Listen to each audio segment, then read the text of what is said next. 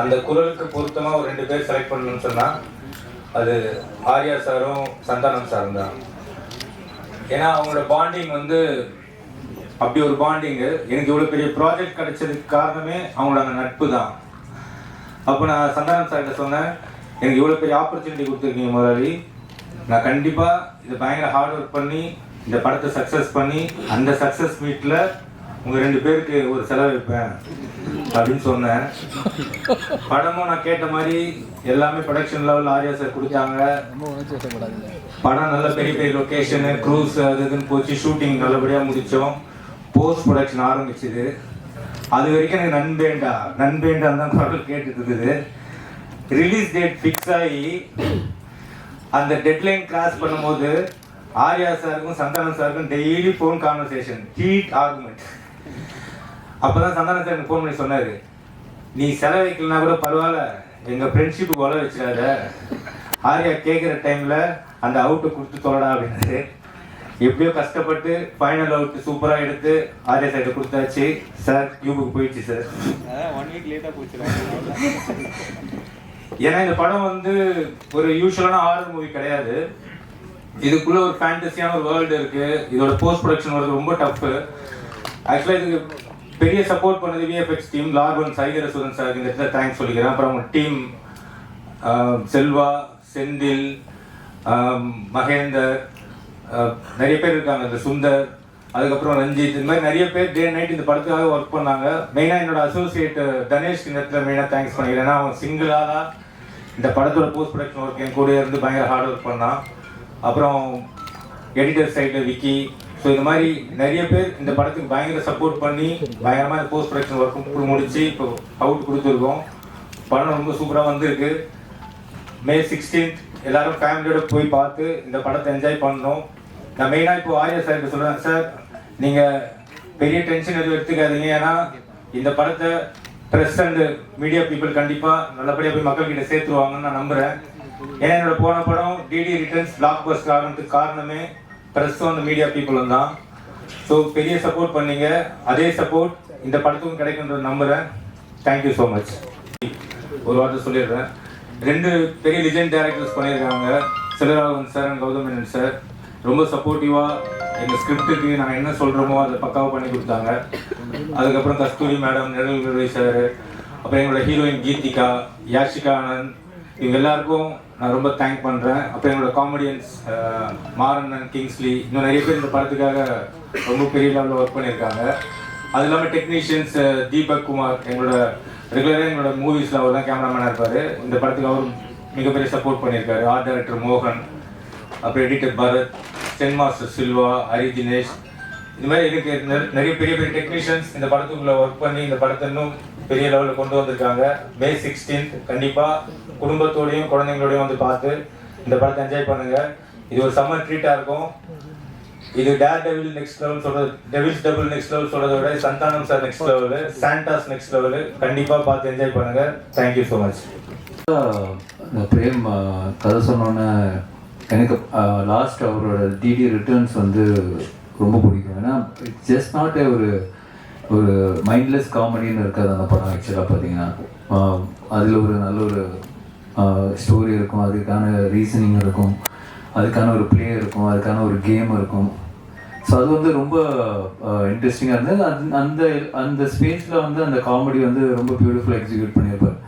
So அதே மாதிரி frame வந்து இந்த கான்செப்ட் சொன்னோடனே ரொம்ப இன்ட்ரெஸ்டிங்காக இருந்தது. ஒரு படத்துக்குள்ளேயே தியேட்டரில் உள்ளே போய் அந்த படத்துக்குள்ளே அந்த கேரக்டர்ஸ் வந்து அந்த படத்துக்குள்ளே transport ஆகிடுறாங்க.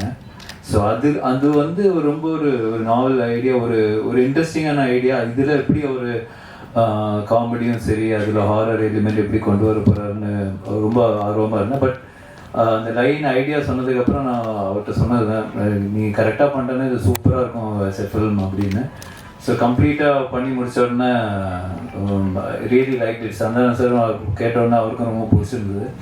So that's why beyond budget எல்லாமே வந்து அதெல்லாம் பார்க்காம இந்த படம் எடுத்தால், இந்த குவாலிட்டியில் எடுத்தால், இந்த லொக்கேஷன்ஸ் எல்லாம் யூஸ் பண்ணி எடுத்தால் மட்டும்தான் இதோட 100% ஒரு எக்ஸ்பீரியன்ஸ் பண்ண முடியும்னு அப்பயே முடிவு பண்ணிட்டோம். ஸோ கண்டிப்பாக சந்தானம் சாரோட அவரோட சப்போர்ட் இல்லாமல் இது பண்ணியிருக்க முடியாது. So I think full and full Santhanam வந்து இதில் வந்து உழைச்சி அவங்க பிரேமோட சேர்ந்து என்னெல்லாம் பெஸ்ட்டாக இதில் பண்ண முடியுமோ அவங்க 2 பேரும் சேர்ந்து பண்ணியிருக்காங்க. தட்ஸ் என்னோட இன்புட்லாம் ரொம்ப கம்மி தான். பட் தேர் எஃபர்ட் ஒரு லாஸ்ட் ஆல்மோஸ்ட் இயர் இந்த ப்ராஜெக்டில் தான் அவங்க 2 பேரும் ட்ராவல் ஆகிட்டு இருக்காங்க. ஸோ கண்டிப்பாக இந்த படம் நல்லா வந்து இருக்குன்னு எல்லோரும் நம்புகிறோம். ஸோ இந்த 16th ரிலீஸ் ஆகும்போது நீங்களும் பார்ப்பீங்க. So definitely very happy as a ப்ரொடியூசராக இந்த படம் ப்ரொடியூஸ் பண்ணியிருக்கேன்னு ரொம்ப ஹாப்பியாக இருக்கேன். அண்ட் கண்டிப்பாக அந்த ஹாப்பினஸ் வந்து இன்னும் அடுத்த லெவல் போகணும்னு நினைக்கிறேன்.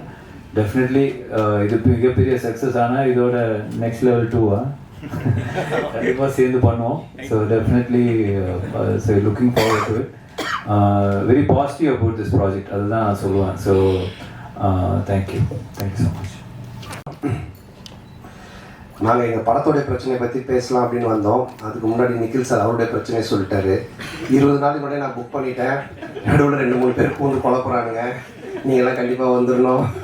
அதை எங்கள் முன்னாடி கன்ஃபார்ம் பண்ணிட்டார். 20 நாள் முன்னாடி நான் புக் பண்ணிட்டேன் தெரியுங்களா? அந்த 2 பேர் யாருன்னு உங்களுக்கும் தெரியும். ஸோ எங்கள் பிரச்சனையோட அவர் பிரச்சனை தான் பெருசாக இருக்குது. ஸோ கண்டிப்பாக வாங்க. நீங்கள் 2 நாள் கழிச்சு அந்த 15th ஈவினிங் டெஃபினட்டாக என்ஜாய் பண்ணுவீங்க. 2 மணி நேரம். இந்த படம் வந்து ரொம்ப ஸ்பெஷலாக இருக்கும். என்னென்னா என்னுடைய படங்கள் நான் வந்து காமெடினாக பண்ணும்பொழுது ஆர்யா எனக்கு ஃபோன் பண்ணி, எப்போயுமே நாங்கள் ரெகுலராக பேசிக்கிட்டே இருப்போம். ஆர்யா வந்துட்டு, ஏன் மச்சான் நீ காமெடி பண்ணும்பொழுது ஒரு ஜாலியாக இருப்பேன், பயங்கரமாக நல்லா பண்ணுவேன், ஏன் இப்போ ஹீரோவானதுக்கப்புறம் பயங்கர அந்த ஃப்ளோ இல்லையே அப்படின்னு கேட்டால், இல்லை மச்சான் நிறைய கமிட்மெண்ட்டு, நிறைய விஷயங்கள், இந்த படம் பண்ணுறது, அடுத்த படத்துக்கு ஒன்று இது பண்ணுறது, இதுக்கு நடுவில் யாராவது ஒருத்தர் அட்வான்ஸ் எடுத்துகிட்டு வந்துடுறாங்க, அது கதை கூட சரியாக கேட்க முடியாமல் டக்குன்னு ஏதோ கமிட்மெண்ட் ஆயிரும் அப்படின்னு. அப்போ ஆர்யா சொன்னது, இந்த படத்தில் நீ ஃபுல்லாக க்ரியேட்டிவிட்டியில் இறங்கி வேலை செய், உன்னோட பிரச்சனை எல்லாத்தையும் நான் பார்த்துக்கிறேன், உன்னோட ப்ராப்ளம் எல்லாத்தையும் நான் சால்வ் பண்ணுறேன், நீ ஒன்லி வேலை செய்ய வேண்டியது இந்த 1 இயர் இந்த படம் மட்டும்தான் அப்படின்னா, அது எனக்கு ஒரு மிகப்பெரிய பலமாக இருந்தது. ஸோ நீங்கள் இந்த படத்தில் மறுபடியும் என்ன சொல்ற நல்ல ஒரு கதை, திரைக்கதை, காமெடி, என்னுடைய ஆக்டிங், இது எல்லாமே வந்துட்டு நிச்சயமாக உங்களை வந்துட்டு திருப்திப்படுத்தும் நான் நம்புகிறேன். மே 16 தியேட்டரில் போய் பாருங்கள். அதே மாதிரி ஆனந்தை நான் சொல்லுவேன், தமிழ் உலகின் கிறிஸ்டோஃபர் நோலன் அப்படின்னு சொல்லுவேன். ஏன்னா ஆனந்த் பண்ணுற கதை வந்துட்டு ஒரு லைனில் இருக்கவே இருக்காது. ஹாரர் ஜானர்னால் ஹாரருக்குள்ளவே இருக்காது. டிடி ரிட்டர்ன்ஸ் நீங்கள் பார்த்தீங்கன்னா ஏற்கனவே நான் சொன்னேன், அது மாதிரி அதில் வந்து கேம் இருக்கும், அதில் ஒரு காசு காணாமல் போய்டும், அதில் ஒரு த்ரில்லர் இருக்கும், அதுக்கப்புறம் பார்த்தீங்கன்னா ஹாரருக்குள்ளே ஒரு அட்வென்ச்சர் இருக்கும். ஸோ இப்படி எல்லா லேயரையுமே வச்சு ஆனால் ரொம்ப அழகாக ரொம்ப ஈஸியாக பண்ணுவான். அந்த அளவுக்கு கொஞ்சம் நல்ல நாலேஜ் உள்ள ஒரு ஆள் ஆனந்த். ஸோ இந்த படமும் அது மாதிரி தான். இந்த கதையாக சொன்னால் யாருக்குமே புரியாது, என்னாலே புரிஞ்சிக்கவே முடியல. ஆனால் அதை ஃப்ளோ பண்ணி ஒரு ஸ்க்ரீன் பிளேவாக பண்ணி ஒரு படம் அவுட்புட் காட்டும் போது தான் ரொம்ப நல்லா இருந்துச்சு. நல்ல காமெடியாக இருக்குது. டெஃபினட்டாக நீங்கள் எல்லோரும் சிரித்து பயங்கரமாக என்ஜாய் பண்ணுவீங்க. பட் நான் இங்கே என்ன தான் நாங்கள் கூவி படத்தை விற்றாலும் நீங்கள் பார்த்துட்டு சொல்கிறதா ரிசல்ட்டு. நீங்கள் தேட்டரில் பாருங்கள், ஃபேமிலியோடு பாருங்கள், குழந்தைங்க எல்லாரையும் கூப்பிட்டு போய் பாருங்கள், டெஃபினட்டாக என்ஜாய் பண்ணுவீங்க. கண்டிப்பாக நம்ம மே 15th ஈவினிங் இங்கே ப்ரிவியூவில் மீட் பண்ணுவோம். தேங்க்யூ. நன்றி. அதாவது இந்த படத்தில் எங்களை மாதிரி யூடியூப் ரிவ்யூவர்ஸை சாட்டையர் அடிக்கிறீங்களா, சப்போர்ட் பண்ணுறீங்களா? அது ரெண்டுமே இருக்குது. அதாவது வந்துட்டு 2 பேருக்குமே ஈக்குவலாக தான் ஆனந்த் பண்ணியிருக்காங்க. ஆக்சுவலாக வந்துட்டு ஒரு ரிவ்யூவர்னால் எப்படி இருக்கணும் அப்படின்றதும் இந்த படத்தில் இருக்குது. அதே மாதிரி ஆஸ் ஏ ஒரு ப்ரொடியூசர், டிரெக்டர்னால் அவங்க எப்படி இருக்கணும் அப்படின்றதும் இதில் இருக்குது. ரெண்டுமே இருக்குது இதில். கண்டிப்பாக ஒரு பட்சமாக இந்த படம் இருக்கவே இருக்காது. டைரக்டர் சார், கொஞ்சம் கூட மனசாட்சியே இல்லாமல் ஜோதிகா சூர்யா பாட்டை வந்து எப்படி டைரக்டர் யாசிகா வச்சு எடுத்தீங்க? எங்க மேடம் இல்லை அவங்க யார் தெரியல, பத்திரை உலகின் நயன்தாரா.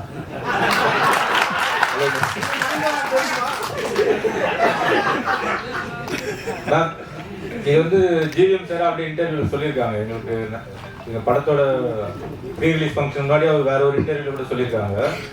ஆக்சுவலாக ரொம்ப என்ஜாய் பண்ணி பண்ணார். இது வந்து ஸ்க்ரீன் பிளேக்குள்ள ஒரு சீக்வன்ஸ். இது ஆக்சுவலாக இது ஒரு காமெடிக்காக மட்டும் எடுக்கல, இது ஸ்க்ரீன் பிளேவாகவே இது தேவைப்படுது. ஸோ நாங்களே கொஞ்சம் ஹெசிடேட் பண்ணி தான் சார்கிட்ட கேட்டோம். பட் அவர் ரொம்ப ஸ்போர்ட்டிவாக இது பண்ணி தான் அவன் நல்லா இருக்கு இது அப்படின்னு சொல்லி பண்ணார். நீங்கள் தேட்டரில் பாருங்கள், பார்த்தீங்கன்னா உங்களுக்கு எதுக்காக பண்ணுறது ரிவீல் ஆகும் கண்டிப்பாக. உங்கள் படத்தில் நிறைய கானா பாடல்கள், உங்கள் படங்களில் நிறைய கானா பாடல்களுக்கு முக்கியத்துவம் கொடுக்குறீங்க. அதுக்கு என்ன காரணம்? அதுக்கு இந்த ஹீரோக்களில் நீங்கள் ஹீரோவாக ஆகிட்டீங்க, அந்த மாதிரி இந்த இன்ட்ரோடக்ஷன் சாங்ஸு அந்த மாதிரிலாம் நீங்கள் இம்பார்ட்டன்ஸ் கொடுக்காம மெயினாக கானா பாடலுக்கு முக்கியத்துவம் கொடுக்குறதுக்கு என்ன காரணம்? இல்லை தம்பி டைரக்டரும் அதுக்கு ஒரு முக்கிய காரணம். இவர் வந்து ராயபுரம், ஆனால் சொந்த ஊர் திருநெல்வேலி. அதனால தான் பைல்வான் ரங்கநாதன் நடிக்க வச்சிருக்கான் படத்தில், அவங்க ஊருக்காரங்க அப்படின்னு சொல்லி.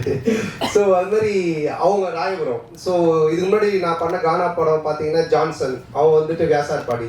ஸோ இவங்க எல்லாருமே இன்புட்ஸ் கொடுக்கறதா, என்னோட இன்புட்ஸும் கிடையாது. ஸோ அவங்க என்ன சொல்கிறாங்களோ அதை நம்ம கேட்டு பண்ணுறது தானே. இந்த படத்தில் கூட அந்த பாரிஸ் அதுதான் அதோட ஃபுல்லாக கானா பாடம். ஆமாம், அந்த டைரக்டர் வந்துட்டு வியாசார்பாடி. ஸோ இவர் ராயபுரம். இன்னும் நான் வந்துட்டு இது மின்ட்டு தாண்டவே இல்லை. சார் ஒரு நிமிஷம் மணி சார், எப்போதுமே எல்லாருக்கும் நிறைய வசூல் வரணும், திருப்பதியிலவே வந்து நம்ம வந்து சாமி கும்பிடணும் அப்படிம்பாங்க. இந்த படத்துல நீங்க திருப்பதி கோவிந்தா கிண்டல் பண்ணிருக்கீங்க. சேலத்துல வந்து நிறைய வக்கீல்கள் வந்து புகார் கொடுத்துருக்காங்க.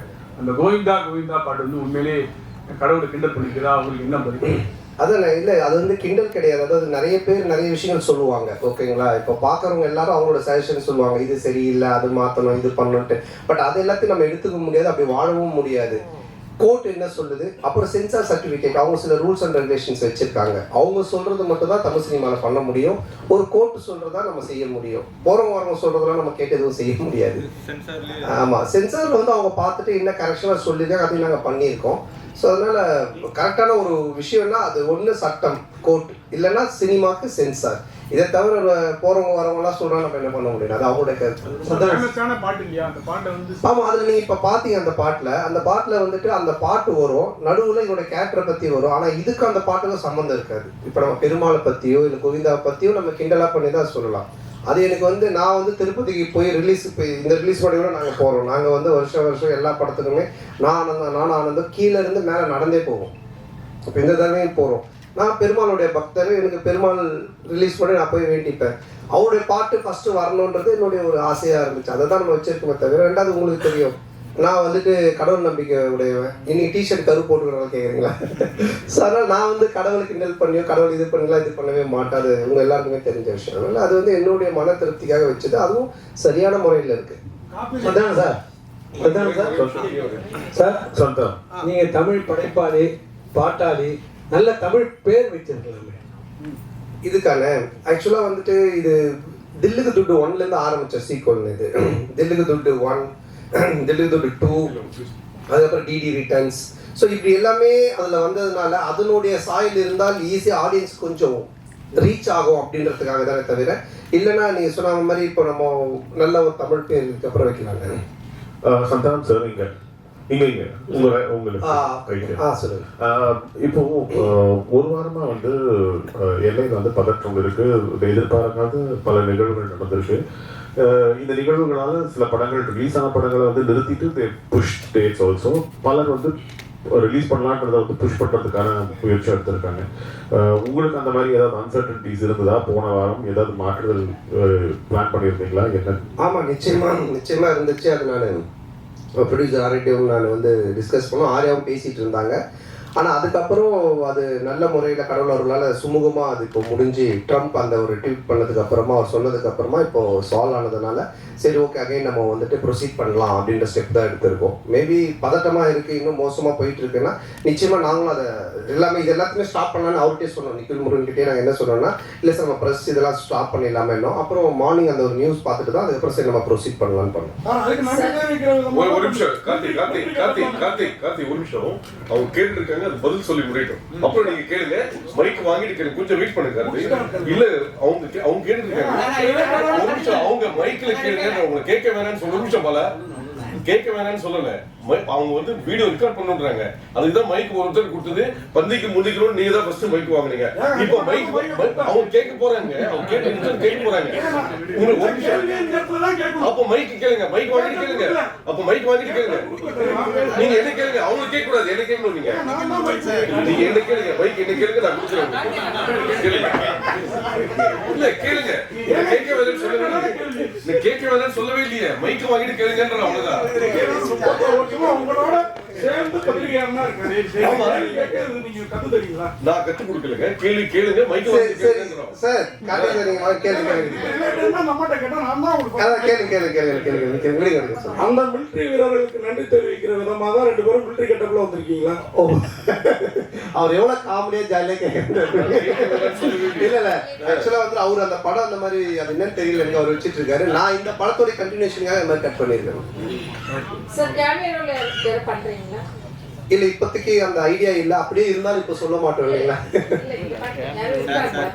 இந்த படத்துல அதான் அது இப்ப சொல்ல முடியாது அப்படியே இருந்தாலும், ஏன்னா படத்துல ஒரு சர்ப்ரைஸ் எலிமெண்ட் தானே அது இருக்கும்.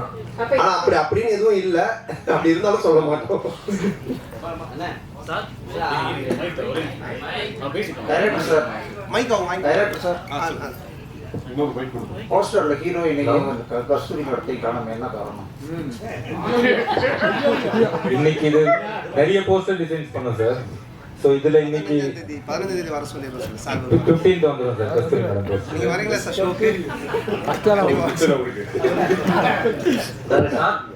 டைரக்டர் சந்தானம் சார், இந்த படத்துல வந்து பாத்தீங்கன்னா போற போக்குல நெல்சன் சாரையும் கலாச்சிட்டாரு, அப்படியே காக்கா காக்கா அந்த இது சீனியும் எடுத்திருக்கீங்க. ஸோ இது ரெண்டுமே ஒத்துக்கிட்டாங்களா?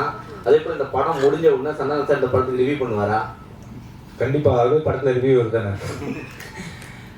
இது யாரையும் கலாச்சி பண்ணல, இது ஒரு ஃபேண்டசி வேர்ல்டுக்குள்ள ஒரு கிங்ஸ்லியாவே இருக்காரு. ஸோ அதை சொல்றதுக்கு ஒரே ஒரு பாயிண்ட் அவர் டைரக்டர் நெல்சன் தான். ஸோ அதனால தான் அது மாதிரி ஒரு டைலாக் பண்ணோம். இல்ல அதுலயே சொல்லியிருப்பாரு, நீ நெல்சன் படத்தை ப்ராடக்ட்லாம் நெல்சன் ஒரே மாதிரி கொண்டு போவாரா, நீ ஏன்னா மாத்துற அப்படின்ற மாதிரி ஒரு இதை போட்டிருப்பாரு. அதனால தான் கேட்டேன், நெல்சன் எதுவும் இது அப்ஜெக்ஷன் தெரிவிக்கலையா?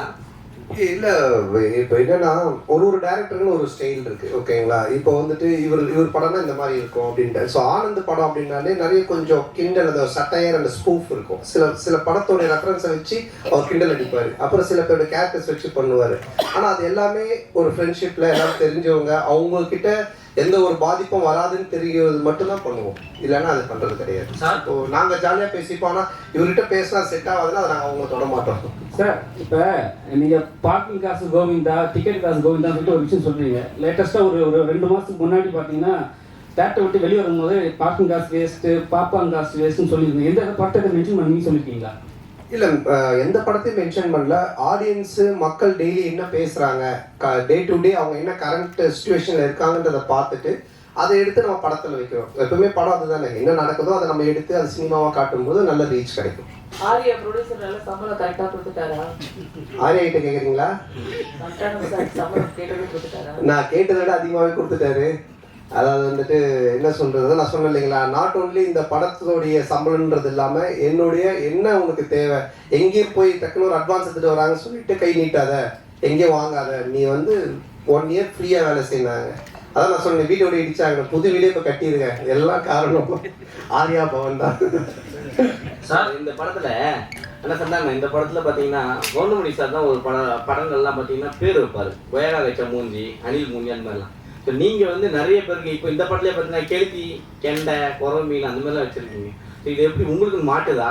ஜிலேபி மூணுலாம் வந்து இல்லையே, நான் இதுல யாருக்கும் பேர் வைக்கல. இல்ல பாட்டு எழுதும்போது அந்த கெளுத்தி என்ன பண்ணுது? அவருடைய பேரே கெளுத்தி தான். ஒரிஜினல் நேமே கெளுத்தி, ஒரிஜினல் பேரே கெளுத்தி தான். எனக்கு கெளுத்தி நாங்க வைக்கல, அவன் ஒரிஜினல் பேரே அதுதான். சார் உங்களுக்கு சூர்யா ஜோதியா பாட்டு எடுக்கும்போது கௌதம் மேனன் வந்து என்ன சொன்னாரு, ஏன்னா அவர் படத்தையே ரீக்ரியேட் பண்ணிருக்காரு. அதுவும் நீங்க தான் சொல்லணும், கிண்டல் பண்ணி நீங்க ரொம்ப எடுத்துக்க மாதிரி எடுத்துட்டு அது யாஸ்ரீ ஆனந்த கூட ஒத்துக்கிட்டாரா? இல்லைண்ணா, இப்போ அதான் நான் சொல்றேன், இப்போ நீங்க பாக்குறது ஒரு ட்ரெய்லர் இந்த டீசர்லாம் என்னன்னா உங்களுக்கு படத்தை பார்க்கக்கூடிய ஒரு ஆர்வத்தை தூண்டுறதுக்காக நாங்க துண்டா கட் பண்ணி வைப்போம். ஒரு முன் கதை என்ன பின் கதை எதுவுமே தெரியாது. அப்போ அதை பார்க்கும்போது உங்களுக்கு ஒரு ஒரு என்ன சொல்றது, இது என்னவா இருக்கும், இது என்ன அப்படின்னு ஒரு கொஸ்டின் கேட்கலாம். அந்த ஒரு வைரலுக்காக தான் அதை பண்றோம். பட் படமா நீங்க பார்த்துட்டாங்க அது ரொம்ப கிளியர் பிக்சர்ல கரெக்டா வரும். என்ன சொல்லுங்க, அந்த பாட்டை பார்க்கும்போது சூர்யா ஜோதியா கோவம் வராதா? சூர்யா ரசிகர்களுக்கு கோவம் வராதா? நீங்க எவ்வளவு கிண்டல் பண்ணிருக்கீங்க? இல்ல இது கிண்டலாவே வராதுங்க. இப்ப என்னன்னா அவரு அந்த படத்தோட இயக்குனர், அவரு அதை பண்றாரு, அது ஏன் பண்றாரு, அதுக்கு ஒரு காரணம் இருக்கு. அந்த காரணத்தை சொல்லும் போது கண்டிப்பா தப்பா இருக்காது. நிறைய படத்துல நிறைய ரெஃபரன்ஸ் வைக்கிறாங்க, அது கரெக்டா அந்த கதையோட ஒத்து வந்தா ஓகே. திடீர்னு துண்டா சும்மா வெறுப்பேற்றதாக வச்சுன்னா தப்பா இருக்கும். அண்ணா உங்களுக்கு வந்து ஆரியாவை ரொம்ப பிடிக்கும், இப்போ ப்ரொடியூசரா நல்லா பிடிச்சிருக்கா, நண்பரா பிடிச்சிருக்கா? ஆரியாவையா? இல்லை ரெண்டுமே தான். ஏன்னா நண்பனாக இருந்ததுனால தான் அந்த ப்ரொடியூசராக மாதிரி ரெண்டு பேருமே வந்துட்டு என்ன சொல்கிறது, ப்ரொடியூசராக இருக்கும்போது சில நேரத்தில் சண்டை வரும், நண்பனாக இருக்கும்போது சண்டை வராது, அடிக்கடி கோச்சுப்பான்.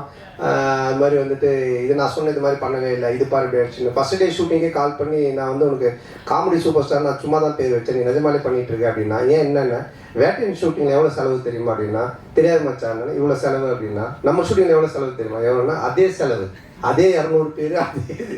நான் உனக்கு காமெடி சூப்பர் ஸ்டார் பேர் வச்சா சூப்பர் ஸ்டார் இவ்வளோ நீ செலவு பண்ணுங்க அப்படின்னு சொல்லி கோச்சிக்கிட்டான். அப்போ நான் சொன்னேன் இல்லை மச்சான் இது மாதிரி திட்டம் தேவைப்படுது அப்படின்னு. அதுக்கப்புறமா ரொம்ப சண்டை ஆயிடுச்சு. டக்கு நான் என்ன பண்ணுவேன்னா ஒரு 2 நாள் ஈஷாக்கு போயிடுவேன்.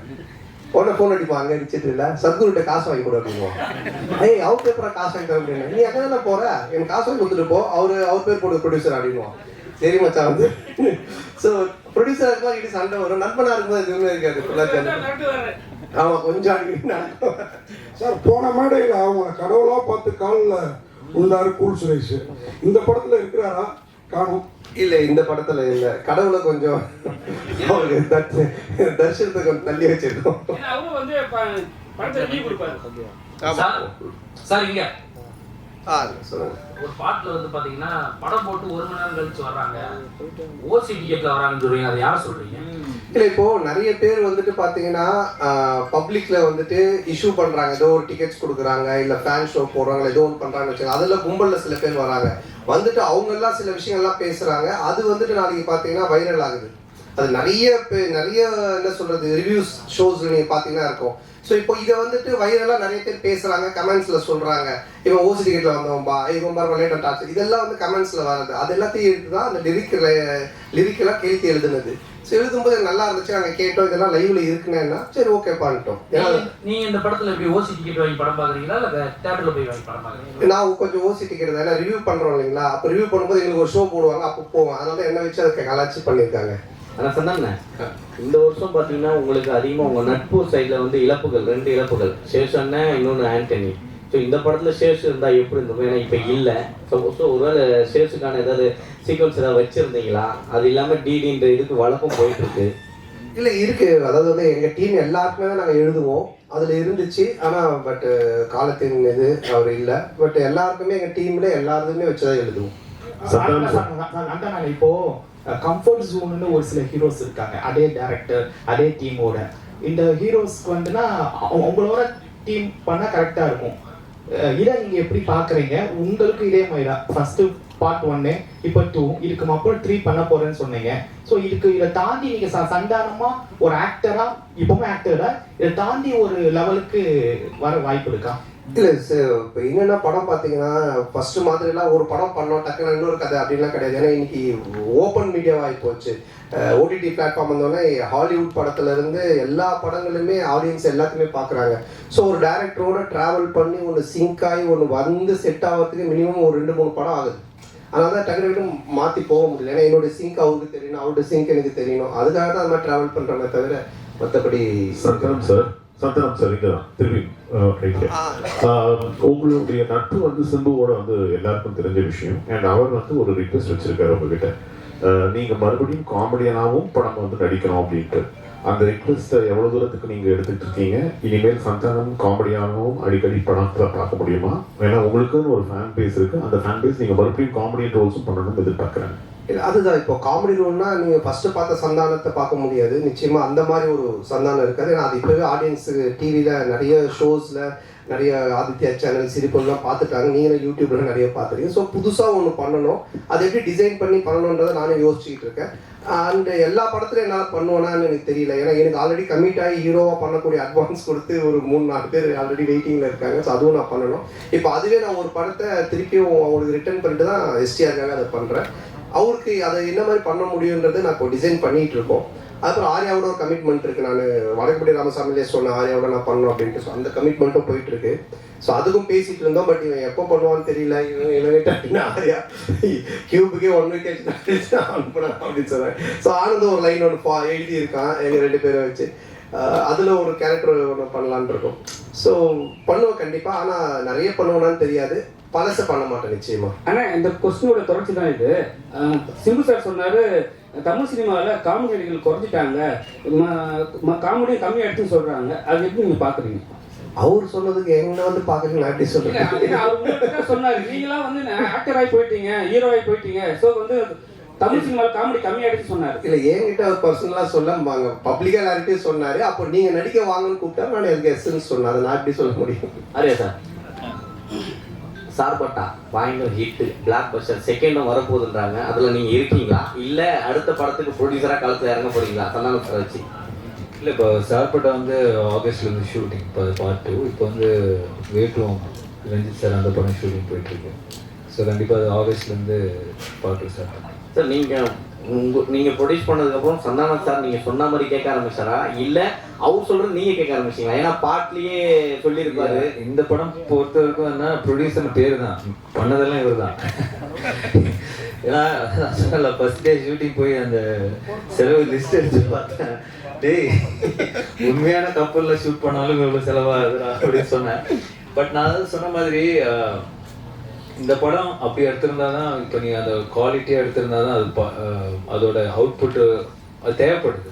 பட் அது வந்து எவ்வளோ பெஸ்ட்டாக, எவ்வளோ எஃபிஷியண்ட்டாக ப்ரொடக்ஷன் சைட்லேருந்து எவ்வளோ கம்மியாக நம்ம பண்ண முடியுமோ அது வந்து கம்மியாக வேஸ்டேஜ் இல்லாமல் எங்களால் எங்களோட எக்ஸ்பீரியன்ஸ் டீமை வச்சு அது மேக்ஸிமம் வேஸ்டேஜ் கட் பண்ணி அது பெஸ்ட்டாக பண்ண முடியாத அளவுக்கு பண்ணியிருக்கோம். பட் எதுவுமே நான் கண்ட்ரோல் பண்ணது, நான் ஒன்றே ஒன்று தான் அவர்கிட்ட சொன்னேன், எது தேவையோ பண்ணு, கண்டிப்பாக பண்ணாமல் இருக்காதுங்க. ஸோ அப்படி தான் இது பண்ணது. பட் ஃபுல்லாக பண்ணது அவர் தான். சந்தானம் சார், நீங்கள் காமெடி வெளிப்படத்தில் பண்ண மாட்டேன் அப்படின்னீங்க. சிம்புவோட நட்புக்காக இப்போ அவங்க காமெடி பண்ணுவீங்க. அதுமாரி பழைய ப்ரெஸ் மீட்டில் சொன்னீங்க நான் வந்து அரசியல் பக்கமே போக மாட்டேன் அப்படின்னு. இப்போ அவங்க நண்பர் உதயநிதி சார் வந்து பாட்டாவா எனக்கு ஹெல்ப் பண்ணு அப்படின்னு அடுத்த மே மாதம் கூப்பிட்டாருன்னா சிம்பு மாதிரி அந்த கொள்கையை மாற்றி ஏதாவது பிரச்சாரத்துக்காவது போகிறதுக்கு ஐடியா இருக்கா? சரி, அரசியலை பொறுத்த வரைக்கும் சார், யார் கூப்பிட்டாலும் யார் இது பண்ணாலுமே ஒரு விஷயம் தான் நான் வந்து தெளிவாக சொல்கிறது என்னென்னா, நீங்கள் உழைச்சா உங்களுக்கு சாப்பாடு, நான் உழைச்சா எனக்கு சாப்பாடு, இதை தவிர வேறு எதுவுமே கிடையாது. பட் நட்பு ரீதியாக சில விஷயங்கள் இருக்குது, இதெல்லாம் பண்ண முடியும், இதெல்லாம் பண்ண முடியாது. இப்போ நான் சிம்பு சார் எஸ்டிஆர் என்ன கூப்பிட்டாலும் இப்போ அவர் வந்து சந்தானத்துக்கு கம்ஃபர்டபுளாக என்ன காமெடி பண்ண முடியும், அவருக்கு என்ன செய்ய முடியும் கேரக்டரா அப்படின்ற அந்த ஃப்ரீடம் எனக்கு கொடுத்துருக்காரு. அதையே பழசு அதையே பண்ணணும் அப்படின்னு அவர் எனக்கு ஃபோர்ஸ் பண்ணல, இல்லை அந்த மாதிரி ஒன்று சொல்லலை. அது மாதிரி உதய் சார் கூப்பிட்டாலும் அதுக்குன்னு சில எனக்கு இந்த கம்ஃபர்டபுள் ஓகே, இதை நான் பண்ண முடியும், நான் வந்து சொல்ல முடியும், இதெல்லாம் எனக்கு ஓகேன்னா நான் நிச்சயமாக போய் பண்ணுவேன். சார் சொன்னாங்க சார், அடுத்த வாரம் பார்த்தீங்கன்னா நீங்கள் நடித்த படம், சூரி நடித்த படம், யோகி பாபு நடித்த படம், உங்களுக்குள்ளாரே ஒரு போட்டி வந்துச்சு. அது எப்படி? ஏன் மற்ற இன்னொருத்தர் விட்டுட்டீங்களே, டாம் க்ரூஸ், மிஷன் இம்பாசிபிள், அவரையும் சேர்த்துக்குங்க. ஹாலிவுட்ல விட்டுட்டீங்க. அப்புறம் ஃபைனல் டெஸ்டினேஷன், அந்த ஹீரோ பேர் என்ன, ஹீரோயின் பேர் என்ன, பேர் தெரியல, அவங்கள சேர்த்துங்க. 5 பேர் ஸோ அதனால எல்லாரையும் சேர்த்துங்க. மொத்தமாக எல்லாரும் காம்படிஷன் தான். எத்தனை படம் வந்தாலும் ஓடும் சார், நல்லா இருந்துச்சுன்னா. சார் ஆரே சார், நீங்கள் ப்ரொடியூசராக மட்டும் ரோல் பண்ணுறீங்களா இல்லை ஏதாவது ஒரு சின்ன கேமியோ ரோல்? இல்லை சார், இல்லை சார், ஒன்லி ப்ரொடியூசர் ரோல் மட்டும்தான். நான் சொன்னேன், என்னதான் படம் கஷ்டப்பட்டு எடுத்தாலும் ரிவ்யூ வந்துட்டு முதல் நாளே கிளிகளையும் கிழிச்சு தொங்க விடுவாங்க. இதை எப்படி பார்க்குறீங்க? ஏன்னா ரொம்ப கஷ்டப்பட்டா எடுக்கிறோம் எல்லாருமே. ஸோ ஏதாவது மிஸ்டேக் வரும். இல்லை, அதை பார்க்கறத விட உங்கள் 2 பேர் தான் நான் பார்க்குறேன். மாற்றி மாற்றி ஏதாவது ஒரு பிரச்சனை பண்ணிட்டு இந்த நிக்கலி போய் 2 பேர் பண்ணுறத நல்லா பார்த்துட்டு இருக்கேன். அப்படிலாம் கிடையாது. நல்ல படம் வந்தால் நல்லது, நல்லா இருக்குன்னு தான் சொல்கிறாங்க. ஓகேங்களா? ஸோ வந்துட்டு இப்போ இவர் ப்ளூ சட்டை மாறுன்னு பார்த்தீங்கன்னா எல்லா படத்தையும் அவர் கழிவு ஊற்றுறதில்ல, நல்ல படத்தை நல்லா இருக்குன்னு தான் சொல்கிறாரு அவர். இந்த மாதிரி எல்லாம் நிறைய ரிவ்யூஸ் வந்து நல்லா இருக்கிற படத்தை நல்லா இருக்குன்னு சொல்கிறாங்க. அதனால் இது நல்லா இருந்துச்சுன்னா நல்லா இருக்குன்னு சொல்ல போகிறாங்க, அவ்வளோதான். தப்பு இருந்துச்சுன்னா நாங்கள் பார்த்துட்டு இது தப்பாக இருந்தால் ஒன்றுலேயே நாங்கள் திருத்திக்க பார்ப்போம். தப்பு இல்லைன்னா அவர் சரி விரா அவர் ஏதோ சொல்கிறான்னு சொல்லிட்டு போவோம், அவ்வளோதான். ஆனந்த் சார், தொடர்ந்து சந்தான சாருக்கே ஸ்கிரிப்ட் பண்ணிட்டு வந்திருக்கீங்க செகண்டு. அடுத்ததும் சந்தான சாருக்கே தான் லைன் சொல்லியிருக்கீங்கன்னு சொல்கிறாங்க. அடுத்து வெளியே வரதுக்கான வாய்ப்பு இருக்குமா? வேறு ஹீரோக்களுக்கு பண்ணுறதுக்கான வாய்ப்புகள்? இல்லை, கண்டிப்பாக பண்ணணும். அப்படிதான், அதுதான் ஃபஸ்ட்டு ஆர்யா சார் வச்சு ஒரு ரிஹர்சல் பார்க்கலாம். ஆர்யா சார் சொன்னாங்க முன்னாடியே, லைன் இருந்தால் சொல்லு, ரெடி பண்ணி சொல்லு அப்படின்னாங்க. ஸோ கண்டிப்பாக இது முடிஞ்சவொன்னே அடுத்து சார் இதுதான். சந்தானம் சார், இந்த படத்தில் கஸ்தூரிக்கு வந்து நீங்கள் பையனாக நடிக்கீங்க, அவங்க அம்மாவா நடிக்காங்கன்னு ஒரே பேச்சாக இருக்குது. அது எப்படி யோசிச்சு பார்த்தீங்க? கஸ்தூரி அம்மாவா செட்டில் நீங்கள் அம்மா அம்மா அப்படின்னு கூப்பிடும்போது அவங்க ஃபீலிங் எப்படி இருந்தது? கஸ்தூரி மேடம் சார் கேட்க சொன்னாரா? நான் கேட்டால் வந்து ஏதாவது சொல்கிறாங்க, நீ கேளு. இல்லை, அதான் நீங்கள் இது படம் பார்த்தீங்கன்னா தெரியும். ஏன்னா வந்துட்டு அவங்களுடைய என்ன சொல்கிறது, அவங்கள வந்து அம்மாவை கூப்பிட்டு அவங்கள வந்து பண்ண வைக்கணுன்றது எங்களுடைய வந்துட்டு மோட்டிவேஷனே கிடையாது. ஏன்னா இப்போ எனக்கு ஒரு அம்மானா அவங்களுக்கு ஒரு ஏஜ் குரூப் இருக்குது, அதை கூப்பிட்டு தான் பண்ணுவோம். பட் இது ஒரு ரீசன் இருக்குது கதையில் அப்படின்றத நாங்கள் எக்ஸ்பிளைன் பண்ணோம். அதை கேட்டுட்டு அவங்களுக்கு ரொம்ப பிடிச்சி போச்சு. ஸோ அதனால தான் அவங்க அதை பண்ணாங்க. நீங்கள் படம் பார்க்கும்போது நீங்கள் கண்டிப்பாக கஸ்தூரி மேடமோட ஃபேனாக தான் இருப்பீங்க. அதனால் வந்துட்டு நிச்சயமாக அவங்க தான் 2 தடவை பார்ப்பீங்க. டேரக்டர் சார், அது மாதிரி அன்னைக்கு சொன்னாங்க சார், அந்த ஆடியோ ரிலீஸில் பேசுகிறப்ப அவருக்கு புக் காமெடி இருக்குது, மொட்டராஜனுக்கு எலி காமெடி இருக்குது, சந்தானம் சாருக்கு நல்லா காமெடி இருக்குது படத்தில். சந்தானம் சார் தான் இந்த காமெடியோட ஃப்ளோவே டேக் ஓவர் பண்ணுறது. டோட்டலாக உங்களுக்கு ஓப்பனிங் படம் ஆரம்பிச்சது இந்த படத்தில் தான் சொன்னேன், ஓஜி சாண்டா ரிட்டர்ன்ஸ்ன்ற மாதிரி. ஏன்னா ஓவரால் இந்த படத்தையே கேரி ஓவர் பண்ணுறது சந்தானம் சார் தான். அவரோட ஸ்க்ரீன் ப்ரெசன்ஸ் வந்து அவரோட லுக்கு, அவரோட பாடி லாங்குவேஜ் ரொம்ப ஃப்ரெஷ்ஷாக இருக்கும். உங்களுக்கு பார்க்கும் போது ஆடியன்ஸ்க்கும் சரி, எனக்கு தான் எப்பயுமே சொல்லுவேன், எனக்கு ரொம்ப பிடிச்சது பார்த்தா காட்டுப்பூச்சி அந்த மாதிரி கேரக்டர்ஸ் பண்ணுவாங்க. ஸோ அதை பிரேக் பண்ணுவான் இந்த கிசா 47. கண்டிப்பாக என்ஜாய் பண்ணுவீங்க. சந்தானம் சார், இந்த டிடி பிரச்சனை உங்களை விட்டு போகவே மாட்டுது. இந்த டிடி பிரச்சனைக்கு ஏதாவது தீர்வு இருக்கா? ஏன்னா உங்களுக்குள்ளேயே தான் நடந்துட்டு இருக்குன்னு ஒரு வார் போயிட்டு இருக்கு அப்படின்றாங்க. இல்லை, அது வந்துட்டு என்ன சொல்கிறது, ஒரு படம் ரிலீஸ் ஆகும்போது இப்போ பல பிரச்சனைகள் வரும். இப்போ அண்ணன் கேட்டாங்க தெரியல, சாங்கை பற்றி, டிடியை பற்றி வரும், அதை பற்றி வரும், போஸ்டரை பற்றி வரும். இது வந்து யூஸ்வலாக சினிமா நம்ம பண்ணும்போது எல்லாமே வரும். பட் ஒன்றே ஒன்று தான், எதுவுமே சட்ட ரீதியாக கோர்ட் மூலமாக ஒரு விஷயம் ஆனால் மட்டும்தான் அது பிரச்சனை. இல்லைன்னா மற்ற சும்மா வாய் பேச்சு இப்போ நீங்கள் கூட 10 வார்த்தை கேட்கலாம். இல்லை நீங்களும் பிளாக் டிஷர்ட், நானும் பிளாக் டிஷர்ட், இது என்ன மாதிரி போட்டுன்னு கூட கேட்கலாம். பார்த்தீங்களா, கேட்டிட்டு வெறும் உட முடியும், போக முடியும் நீங்கள் வீட்டுக்கு. ஸோ அது மாதிரி தான் அது சட்ட ரீதியாக என்னவோ அதுக்கு வந்து ஆன்சர் சொல்ல முடியும். வேறு கொஸ்டின்?